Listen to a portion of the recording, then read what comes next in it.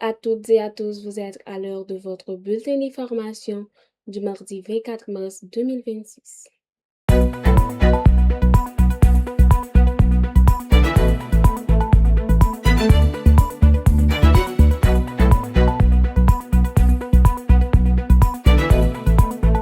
Le mouvement Mobilisation pour sauver Kinskov MSK a tenu une rencontre avec le responsable du commissariat de Kinskov, le commissaire Cadet, afin d'obtenir des explications sur les capacités persistantes de la police nationale d'Haïti, PNH, à neutraliser les groupes armés opérant dans la commune.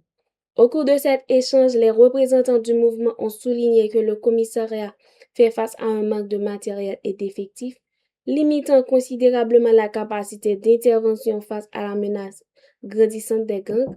Le MSK appelle ainsi les autorités centrales à apporter un soutien urgent et concret au commissariat de Kinskov.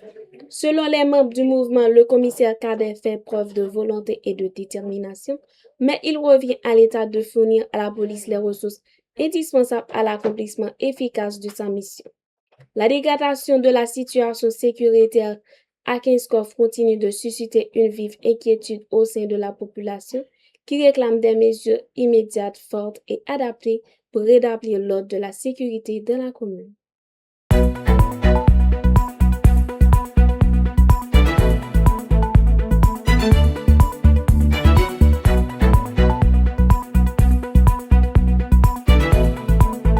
Le Premier ministre Alex Didier Fils-Aimé a présidé hier, lundi 23 mars, une réunion stratégique à la primature consacrée au financement des élections générales prévues en 2026 dans un contexte de transition politique et de rétablissement de l'ordre constitutionnel. Selon un communiqué officiel, la rencontre a réuni le Conseil électoral provisoire CEP, plusieurs membres du gouvernement ainsi que des partenaires techniques et financiers, dont le Programme des Nations Unies pour le développement PNUD, le Bureau des Nations Unies pour les services d'appui au projet UNOP et l'Organisation des États américains OEA.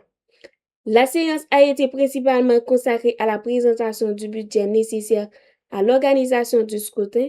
Étaient notamment présents le président du CEP, Jacques Desrosiers, ainsi que le représentant spécial du secrétaire général des Nations Unies en Haïti, Carlos Cruz Massi. Dans son intervention, le chef du gouvernement a souligné que la tenue d'élections libres, inclusives, crédibles et transparentes continue une priorité pour les autorités nationales.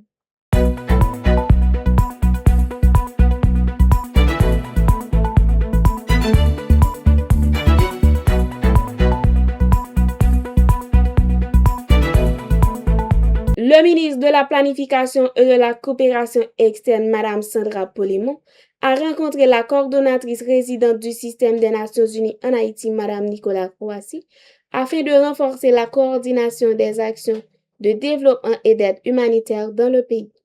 Lors de cette rencontre, Mme Nicolas Kouassi a réaffirmé l'engagement du système onusien à accompagner les priorités du gouvernement haïtien, notamment en matière de gestion de la crise humanitaire, de relance économique et de renforcement institutionnel.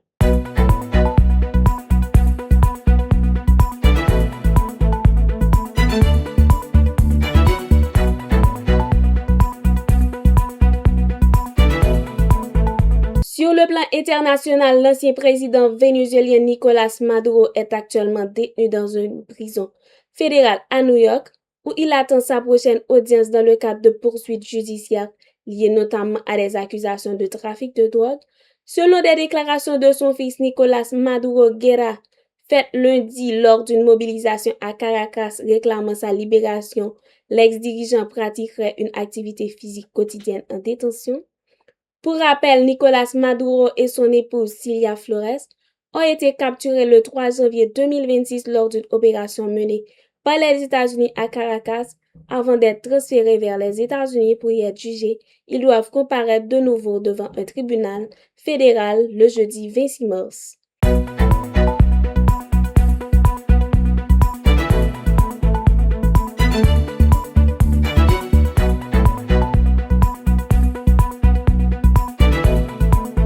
C'était avec vous, Wendy Love Lalande, pour votre bulletin d'information.